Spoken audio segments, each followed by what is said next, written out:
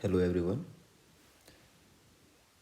जो भी बच्चे 10th क्लास में बोर्ड की प्रिपरेशन कर रहे हैं उनके लिए आज का वीडियो बहुत ही इन्फॉर्मेटिव होने वाला है। केमिस्ट्री में इस बार आपके सिलेबस में चैप्टर 4 एंड 5 इंक्लूड किया गया है, जो कि carbonates compound and periodic classification of element है। ये वीडियो चैप्टर 4 का डिटेल्ड रिवीजन है, जिसमें सभी topics according to term 2 syllabus cover किए जाएंगे। ठीक है, इस वीडियो को लास्ट तक देखें और नीचे दिए गए सब्सक्राइब बटन को प्रेस करके सब्सक्राइब कर दें चैनल को। अगर कंटेंट अच्छा लगता है तो लाइक और शेयर भी कर दें। ठीक है, तो स्टार्ट करते हैं वीडियो। Carbonates compound.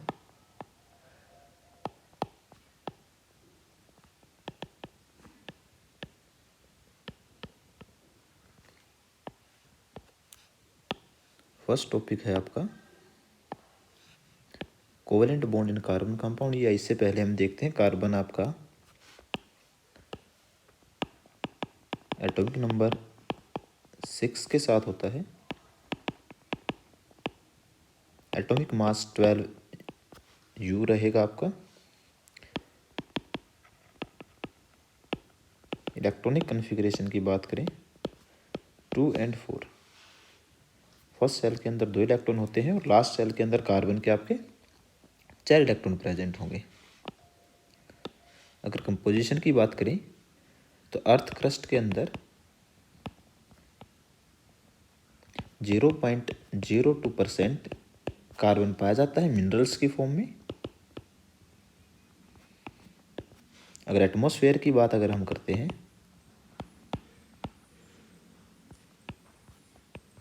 तो आपका परसेंटेज रहेगा या कंपोजिशन रहेगी 0.03% आपकी कार्बन डाइऑक्साइड के अंदर पाया जाएगा।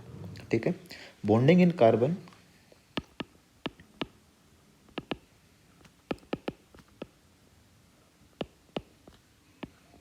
जैसा कि सबको पता है कोवेलेंट बॉन्ड कार्बन बनाता है और क्यों बनाता है।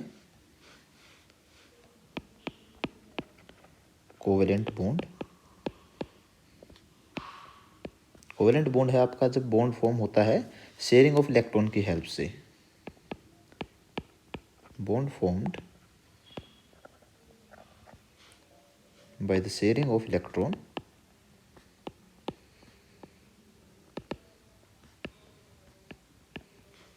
ठीक है, अब कार्बन कोवेलेंट बॉन्ड क्यों बनाता है, क्योंकि इसकी वैलेंसी 4 होने के कारण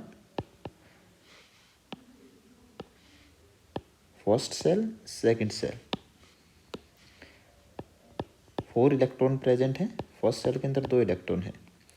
4 इलेक्ट्रॉन होने के कारण ना तो ये 4 इलेक्ट्रॉन डोनेट करेगा और ना ही ये 4 इलेक्ट्रॉन को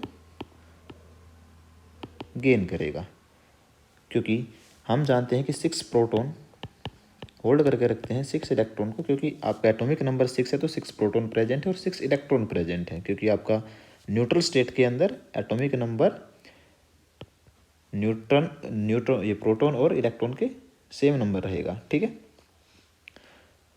तो यहाँ से 6 प्रोटॉन से 4 इलेक्ट्रॉन को निकालना एक high amount of energy require रहेगी, इसलिए आपका 4 इलेक्ट्रॉन को डोनेट नहीं करेगा कार्बन। अगर हम बात करें कार्बन 4 इलेक्ट्रॉन एक्सेप्ट क्यों नहीं करेगा या 4 इलेक्ट्रॉन को गेन क्यों नहीं करेगा, तो उसके लिए भी हम यहाँ देख सकते हैं कि 6 प्रोटॉन है, जो कि 10 इलेक्ट्रॉन को अगर 4 इलेक्ट्रॉन गेन करने की हम बात करें तो होल्ड करके नहीं रख सकता है। तो यहाँ से हम क्लियरली देख सकते हैं कि कार्बन आपका ना तो डोनेट करेगा इलेक्ट्रॉन को बाहर वाली सेल से और ना ही 4 इलेक्ट्रॉन को एक्सेप्ट करेगा। ठीक है, इसलिए आपका ये क्या करेगा, अब शेयरिंग के थ्रू अपना ऑक्टेट या हम कहें लास्ट सेल को कंप्लीट करेगा। ठीक है, सो यही रीजन है कि शेयरिंग करता है कार्बन अपनी। अब जो कोवेलेंट बॉन्ड है आपका वो आपके 3 टाइप के हैं। फर्स्ट हम लिखें type of covalent bond.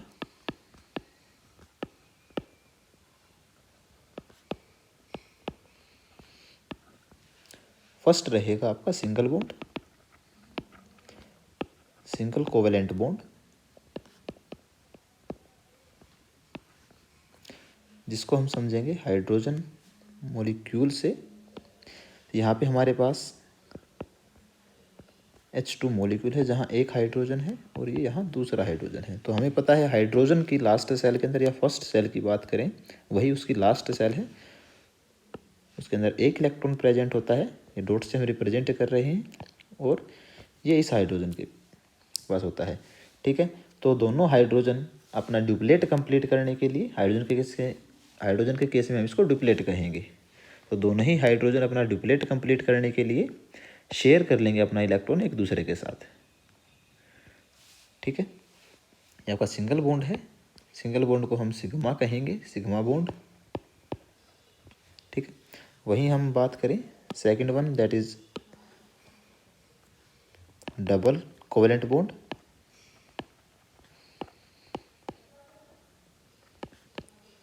Double covalent bond के केस में हम एग्जांपल लेंगे ऑक्सीजन O2 मॉलिक्यूल का।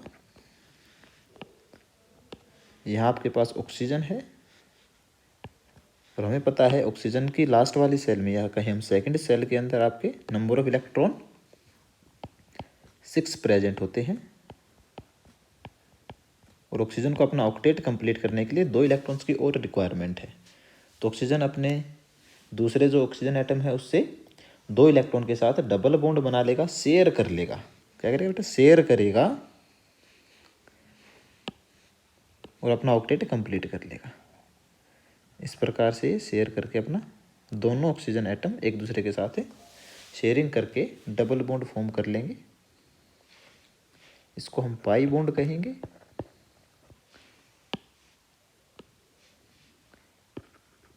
ये आपका सिंगल बॉन्ड है, ये ऑक्सीजन और ऑक्सीजन के बीच में डबल बॉन्ड है। नेक्स्ट है triple bond, triple covalent bond.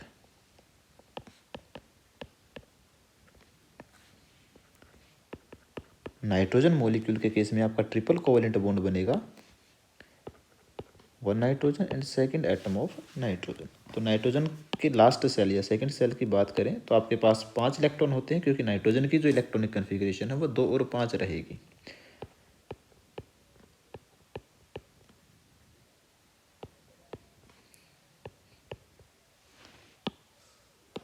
तो यहाँ पे नाइट्रोजन भी अपने 5+3 3 इलेक्ट्रॉन के साथ ट्रिपल बॉन्ड बनाकर ऑक्टेट को कंप्लीट कर लेगा, ऐसे ही दूसरा नाइट्रोजन भी। ठीक है, तो ये आपका बनेगा डेल्टा बॉन्ड।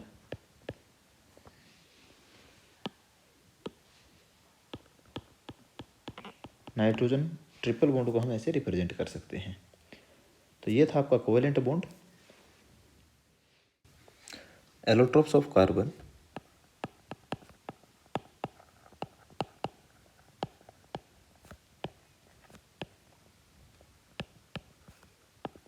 बेसिकली हम डायमंड, ग्रेफाइट और फ्लोरीन के बारे में बात करें, जो कि आपके क्रिस्टलाइन फॉर्म है।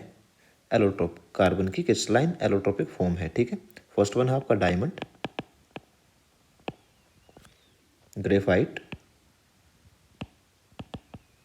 एंड फ्लोरीन, बर्कमिस्टर फ्लोरीन भी जिसको बोलते हैं।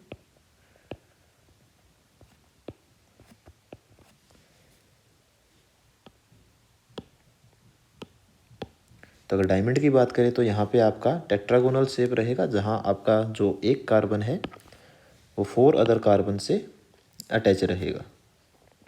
ठीक है,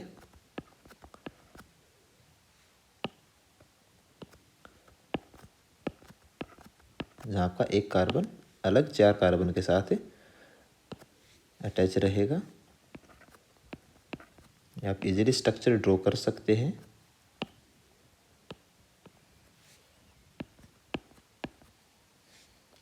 ठीक है, तो टेट्रागोनल आपकी शेप रहेगी, 109 डिग्री 28 मिनट आपका एंगल रहेगा। ठीक है, तो ये आपका कार्बन जो 2 बॉन्ड हैं इनके बीच का जो एंगल रहेगा आपका 109 डिग्री 28 मिनट का रहेगा। ग्रेफाइट की अगर हम बात करें, कुछ डायमंड जो आपका हार्डेस्ट सब्सटेंस है,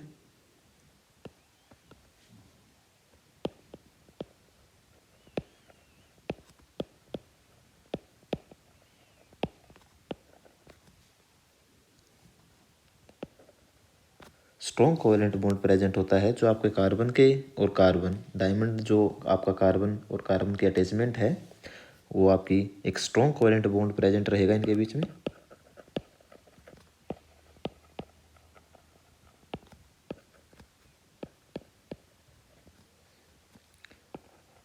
नॉन कंडक्टर ऑफ इलेक्ट्रिसिटी है, इलेक्ट्रिसिटी कंडक्ट नहीं करेगा। जो आपका डायमंड है वो non conductor of electricity. Graphite की अगर हम बात करते हैं तो आपका graphite layer type structure show करेगा। ग्रेफाइट आपका लेयर टाइप स्ट्रक्चर शो करेगा, जो कि कुछ इस तरह फॉर्म होगा।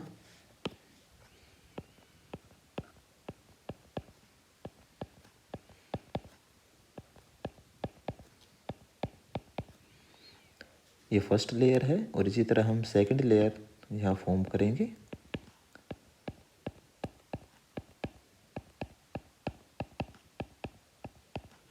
और इसी तरह एक थर्ड लेयर।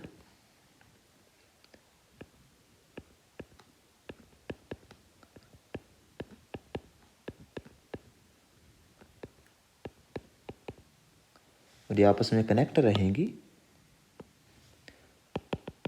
एक दूसरे के साथ। ठीक है, तो लेयर टाइप स्ट्रक्चर रहेगा ग्रेफाइट का। सॉफ्ट मटेरियल होता है।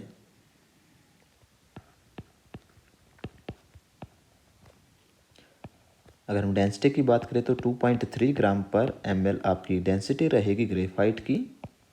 हेक्सागोनल क्रिस्टल्स आपके ये शेप रहेगी इनकी, या हम कहीं हेक्सागोनल क्रिस्टल्स एक दूसरे के साथ कम ज्वाइन करके आपका ये लेयर टाइप स्ट्रक्चर बन रहा है। Hexagonal crystal weak van der Waals forces रहेंगे, इसलिए हम कह रहे हैं कि अगर आप जो आपका ग्रेफाइट है वो सॉफ्ट है। ठीक है, जो किसके कारण है? Weak van der Waals forces of attraction present हैं, जो इनके अंदर जो बॉन्डिंग है और जो बॉन्ड फॉर्म हो रहे हैं वो आपके वीक हैं, वीकर वंडरवॉल फोर्सेस। यहाँ आपका जो ग्रेफाइट है वो गुड कंडक्टर ऑफ इलेक्ट्रिसिटी है, conductor of electricity.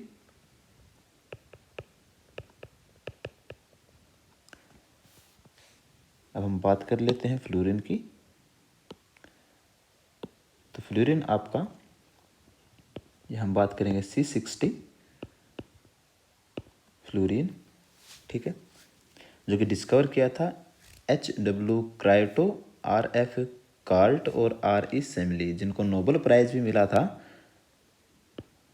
Discovered by HW क्रोटो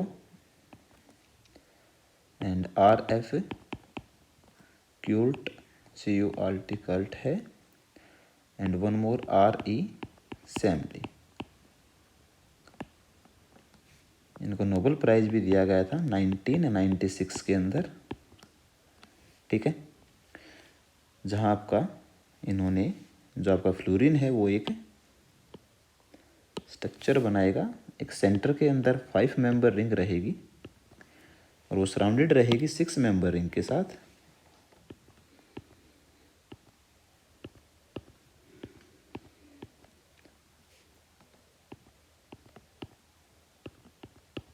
ये आपका बल्क मिस्टर फ्लोरीन है।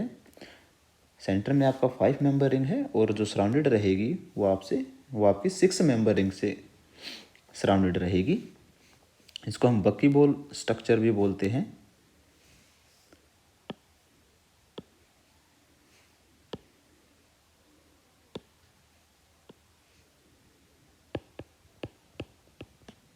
बकीबॉल स्ट्रक्चर, जो आपका कंसिस्ट होता है, consist of hollow cage of carbon atom. ठीक है, जो आपका C60 है आपका एक इम्पोर्टेंट फैमिली मेंबर है फ्लोरीन का। तो ये आपके एलोट्रोप्स ऑफ कार्बन है, डायमंड, ग्रेफाइट और फ्लोरीन। ठीक है। Versatile nature of carbon,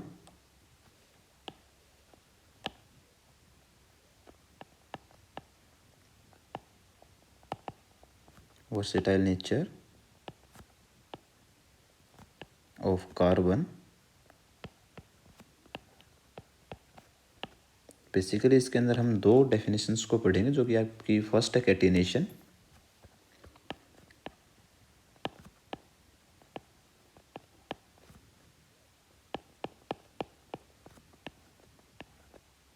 catenation को डिफाइन करेंगे, property due to which,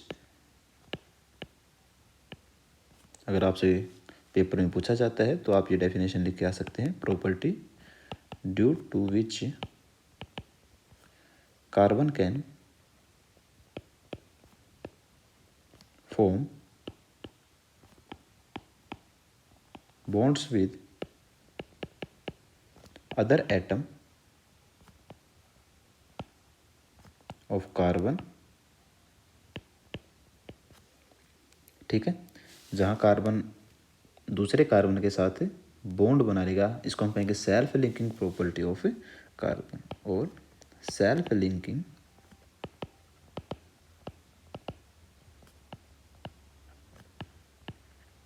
property of carbon.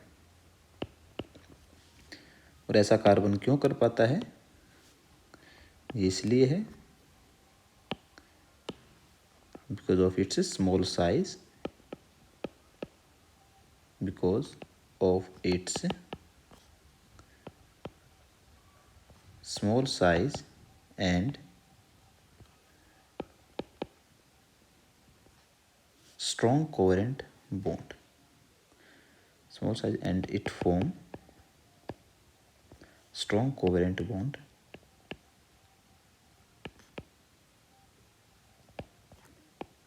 ठीक है, जब कार्बन कार्बन के साथ जुड़ता है तो स्ट्रॉन्ग कोवेलेंट बॉन्ड फॉर्म करता है, जिसके कारण ये एक कार्बन दूसरे कार्बन, या हम कहें चार अलग अलग कार्बन के साथ स्ट्रॉन्ग बॉन्ड फॉर्म करके self linking property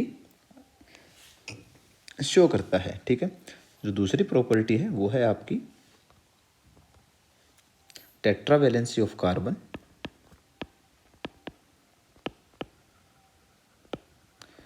tetravalency of carbon.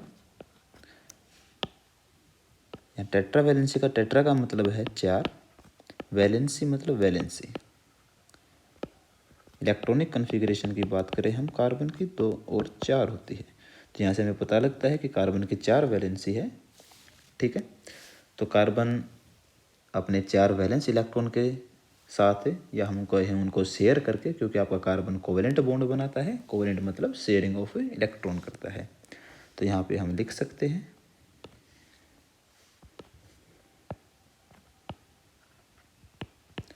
Carbon has 4 valence electron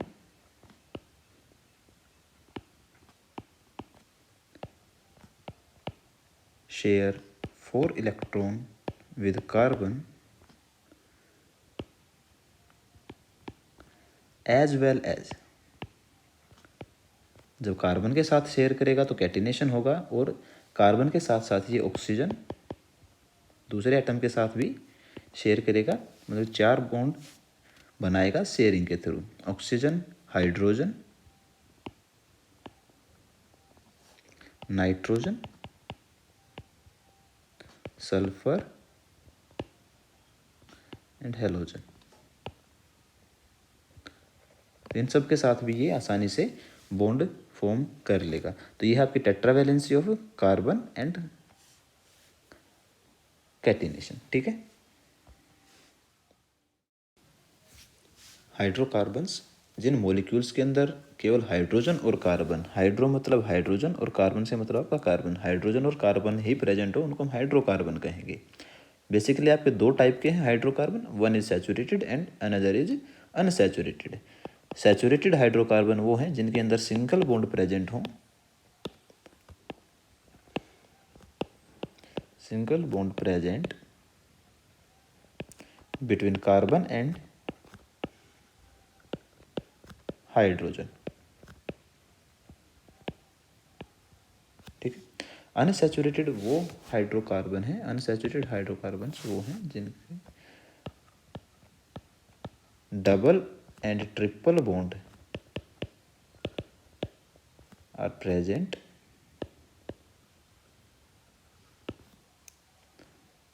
in carbon and carbon bond, या हम कहें डबल और triple bond present in carbon atoms.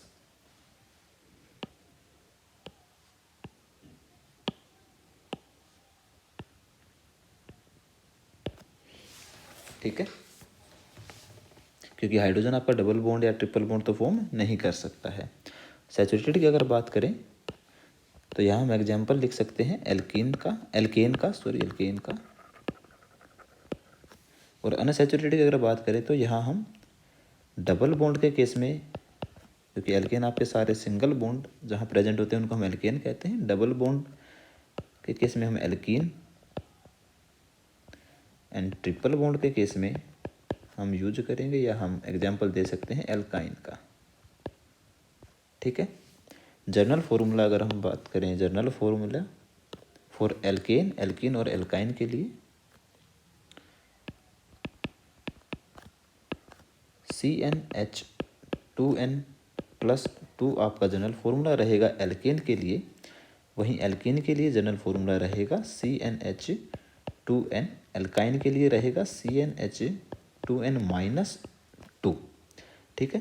तो ये आपके हाइड्रोकार्बन सैचुरेटेड और अनसैचुरेटेड, जिनके अंदर सिंगल, डबल या ट्रिपल अनसैचुरेटेड रहेगा, सिंगल वाले सारे सैचुरेटेड रहेंगे, जिनके अंदर एल्केन को पढ़ते हैं। जैसे फर्स्ट मेंबर की अगर हम बात करें, एल्केन के केस में तो आपका CH4 है जिसको हम मिथेन कहते हैं।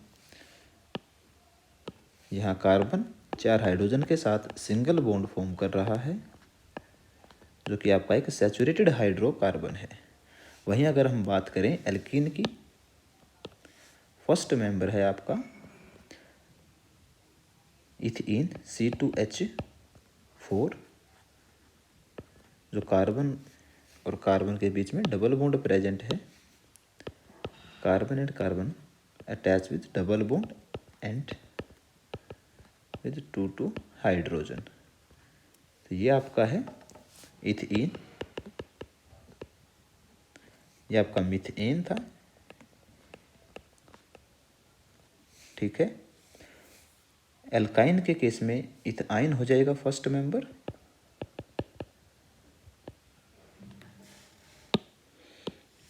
जहाँ कार्बन और कार्बन के बीच में C2H2 हो जाएगा। कार्बन और कार्बन के बीच में ट्रिपल बॉन्ड प्रेजेंट होगा, जो अटैच रहेगा 2 हाइड्रोजन के साथ। तो ये आपके हाइड्रोकार्बन है। आइसोमेरिज्म, आइसोमेरिज्म की अगर हम डेफिनेशन की बात करें तो आइसोमेरिज्म है आपका compound with same molecular formula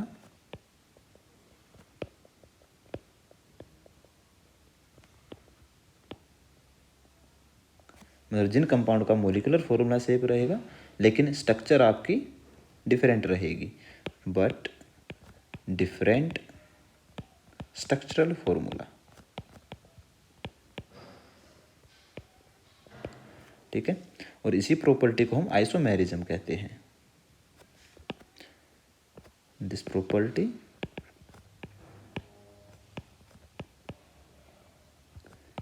is called isomerism.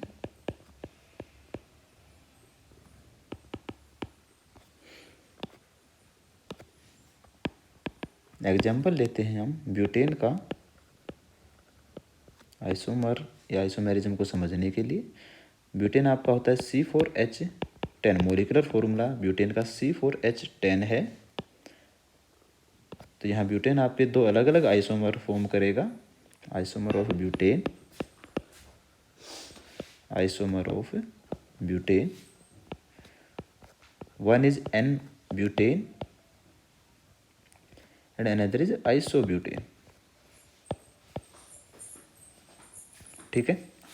Isobutane का अगर हम IUPAC नेम देखें तो आपका हो जाएगा 2 मिथाइल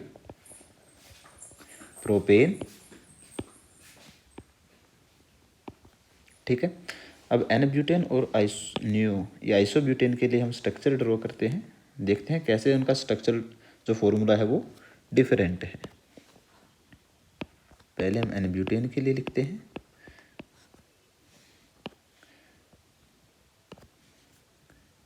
ब्यूटेन मतलब 4 कार्बन, आपको फॉर्मूला गिवन है, ठीक है।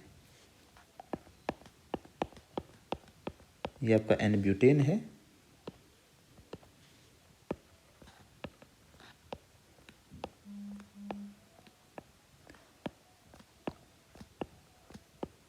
और आइसोब्यूटेन की अगर बात करें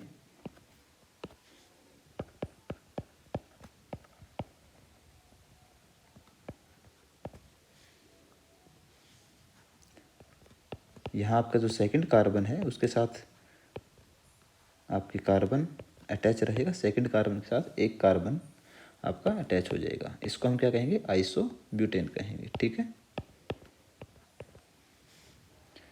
तो आप यहाँ देख सकते हैं एन ब्यूटेन और आइसोब्यूटेन में केमिकल फॉर्मूला सेम है और आपका स्ट्रक्चरल फॉर्मूला डिफरेंट है, ठीक है। Functional group, first functional group है आपका एल्कोहल OH से रिप्रेजेंट किया जाता है। सफिक्स की बात करें तो OL सफिक्स की तरह यूज किया जाता है। प्रीफिक्स में हम इसको हाइड्रोक्सी की तरह यूज करते हैं, ठीक है। एल्डिहाइड आपका सेकंड फंक्शनल ग्रुप है, COH या CHO की फॉर्म में हम इसको C डबल बॉन्ड O और हाइड्रोजन के साथ इसको रिप्रेजेंट करते हैं। एक मिनट, इसको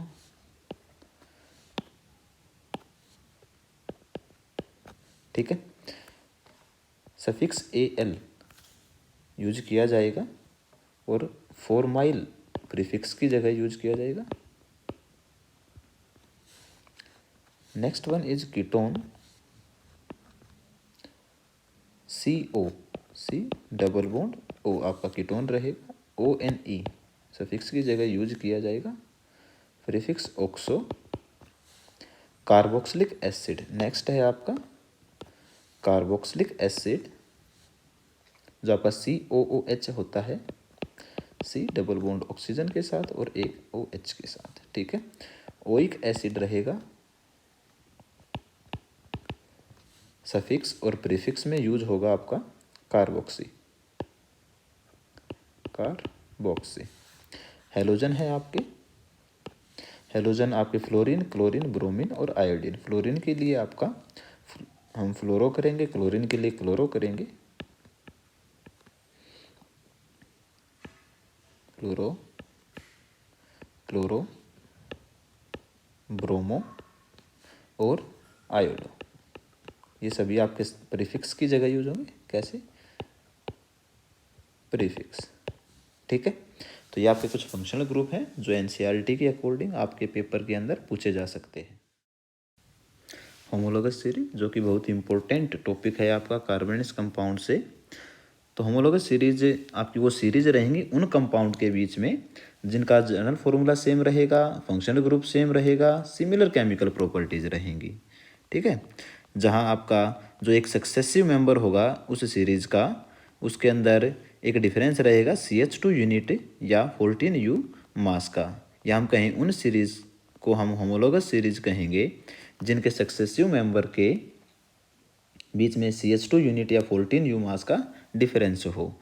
तो इसमें हमने कुछ एग्जाम्पल दिए हैं जो कि आपका एल्केन है, एल्कीन है, एल्काइन है, तीनों ही आपकी होमोलोगस सीरीज हैं। तो फर्स्ट मेंबर एल्केन का अगर हम कहें तो CH4 है, और सेकंड मेंबर हम इसका इजीली लिख सकते हैं, एक कार्बन इंक्रीज करेंगे C2 और 2 हाइड्रोजन इंक्रीज कर देंगे C2H6 एज इट इज। हम इस सीरीज को कंटिन्यू कर सकते हैं, एक कार्बन इंक्रीज करेंगे, 2 हाइड्रोजन इंक्रीज कर देंगे C4H 10, एक कार्बन इंक्रीज किया, 2 हाइड्रोजन हमने इंक्रीज कर दिया, C5H12 and so on. Alkene की बात करें तो C2H6 आपका फर्स्ट कंपाउंड है एल्कीन सीरीज का, तो इसको कंटिन्यू करने के लिए हम C2H4 नोट 6 C2H4 है सेकंड सक्सेसिव मेंबर, एक कार्बन इंक्रीज करेंगे और 2 आपके hydrogen C3H6, similarly C4H8, C5H10, जहाँ हमने एक कार्बन इंक्रीज किया है, 2 हाइड्रोजन इंक्रीज करे हैं। ठीक है, तो CH2 यूनिट का डिफरेंस है C6H12 and so on. Alkyne की बात करें तो फर्स्ट मेंबर आपका एल्काइन का C2H2 है। नेक्स्ट मेंबर लिखने के लिए हमें एक कार्बन और 2 हाइड्रोजन को इंक्रीज करना है, बस ऐड कर देना है C3H4, C4H6, C5H8 and so on. ठीक है, इसी सीरीज में आपके साइक्लो एल्केन्स हैं, cyclo alkanes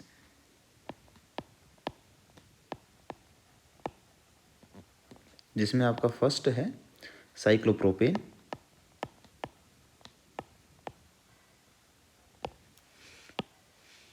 and then cyclobutane, series के मेंबर हैं ये, cyclopentane,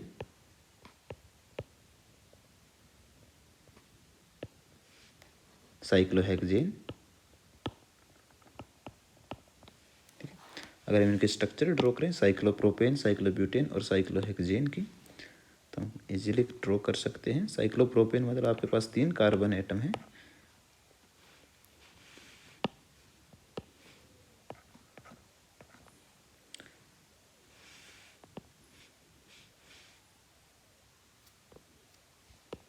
cyclobutane 4 carbon member, N है सारे एल्केन ग्रुप के हैं, तो सारे के सारे सिंगल बॉन्ड के साथ ज्वाइंट रहेंगे। साइक्लोपेंटेन में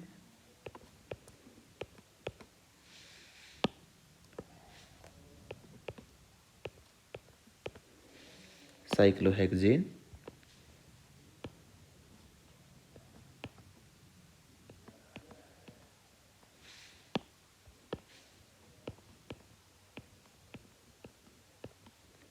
ठीक है। वैलेंसी कंप्लीट कर देते हैं, 4 वैलेंसी ऑफ कार्बन,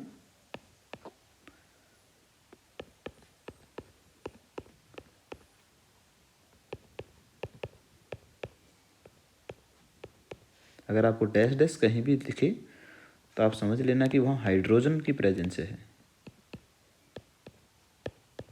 ठीक है, तो आपके होमोलोगस सीरीज है, और होमोलोगस सीरीज के आपके कुछ एग्जाम्पल हैं, alkane, alkene, alkyne, cycloalkanes हैं, जिनके अंदर CH2 यूनिट का डिफरेंस। आई होप कि वीडियो आप लोगों को अच्छा लगा होगा। कमेंट बॉक्स में कमेंट कर ज़रूर बताएं। ठीक है, और नेक्स्ट चैप्टर जो कि आपका पीरियोडिक क्लासिफिकेशन ऑफ एलिमेंट है, अगर उसका भी ऐसा ही आपको एक रिवीजन वीडियो चाहिए तो कमेंट बॉक्स में ज़रूर कमेंट कर बताएं।